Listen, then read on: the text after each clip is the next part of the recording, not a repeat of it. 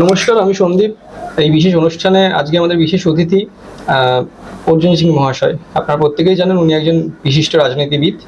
তো আজকে এই 2024-এর লোকসভা ভোটের উনি কিভাবে প্রস্তুতি নিচ্ছেন সেই নিয়ে আমরা বিস্তারিত কিছু আলোচনায় যাব। বিজেপিতে ফিরলেন আর কি, তো এই বিজেপিতে ফিরাতে আপনার কিরকম লাগছে, অনুভূতিটা কিরকম হচ্ছে? যেদিন বিজেপি জয়েন করি ভালো ঘুম হয়েছিল, ঘুমিয়েছিলাম।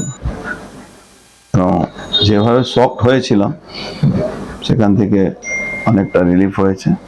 মানুষের কাজ করার জন্যে মোদিজি সামনে রেখে, আমাদের রাষ্ট্রবাদকে সামনে রেখে যে লড়াইটা আমরা শুরু করব, তাতে একটা ভালো অনুভূতি পেয়েছি। আগামী দিন আরও কাজ করতে সুবিধা হবে। তো তৃণমূলের বিজেপি দুই দলেই তো আপনি ছিলেন, তা এই দুই দলের মধ্যে ফারাকটা কোথায় লক্ষ্য করবেন? একটা প্রাইভেট লিমিটেড কোম্পানি আছে তৃণমূল, আর বিজেপি হলো হাজার হাজার লক্ষ লক্ষ মানুষের বিচার আচার আদান প্রদানের পরে একটা ডিসিশন হয়ে দেশটা চলে, সরকারটা চলে। এটাই ডিফারেন্স আছে।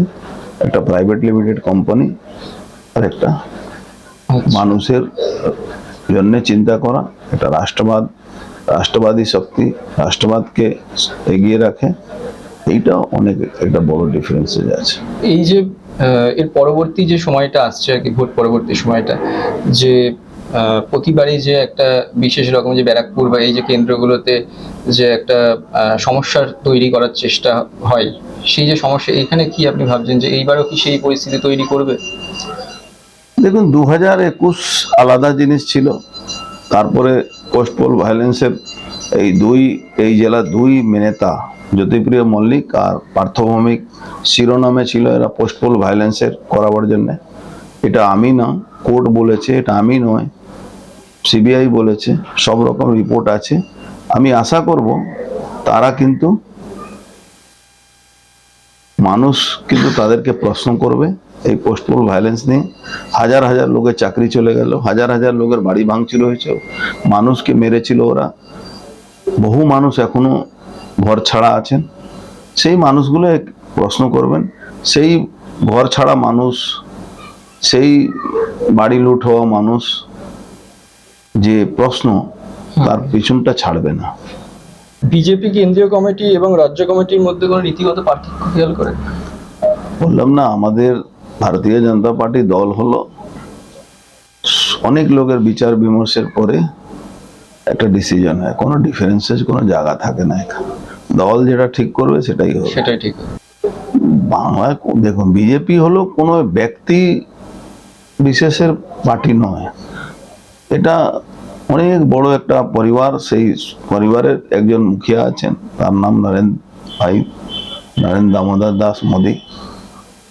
ভারতবর্ষের মানুষকে রাষ্ট্রবাদী মুখী করার মূল নায়ক কিন্তু উনি। এই 10 বছরের মধ্যে ভারতবর্ষের মানুষ এটা ভাবতে শুরু করেছেন কি আমরা ভারতবর্ষের লোক 140 কোটি মানুষ, কোনো জাত ধর্ম বিশেষ কোনো ব্যাপার নেই। 140 কোটি মানুষের জন্য নরেন্দ্র মোদীজি কাজ করেন। আজকে আয়ুষ্মান ভারতের সুবিধা বাংলার মানুষ পাচ্ছে না। এই আয়ুষ্মান ভারতের জন্য কি উনি সুবিধা বাংলা মানুষকে দেননি? এরকম কোনো ব্যাপার নেই, উনি সবাইকে দিতে চেয়েছিলেন। আজকে আবাস যোজনা, আজকে টয়লেট বানানো যোজনা, আজকে যতগুলো প্রজেক্ট আছে, আজকে প্রত্যেকটা মানুষের বাড়িতে জল পৌঁছে দেওয়া, প্রত্যেকটা মানুষের কাছে জল, ঘরে ঘরে নল, এই যে নলের থেকে জল, এই যে একটা বড় ভূমিকা, যেখানে মানুষ দূষিত জল খাচ্ছে। এটা কি কোনো বাধা আছে কি এটা 140 কোটি না 110 কোটি মানুষ এই জলটা পাবে? না, সবার জন্য আজকে 24 ঘন্টা বিদ্যুৎ দেওয়ার জন্য একটা পরিকল্পনা নিয়েছেন। আজকে সোলার বিদ্যুতের জন্য একটা পরিকল্পনা চালু হয়েছে, বাড়ি বাড়িতে সোলার ইউজ হবে। আপনি ভাবতে পারছেন কি দেশ কোন জায়গায় যাবে? কারো উপরে ডিপেন্ডেন্সি থাকবে না, বিদেশের থেকে টাকা আসবে, বিদেশে টাকা যাবে না। এটাই তো দেশকে উন্নতি করার জন্য একটা রাস্তা তৈরি হয়েছে।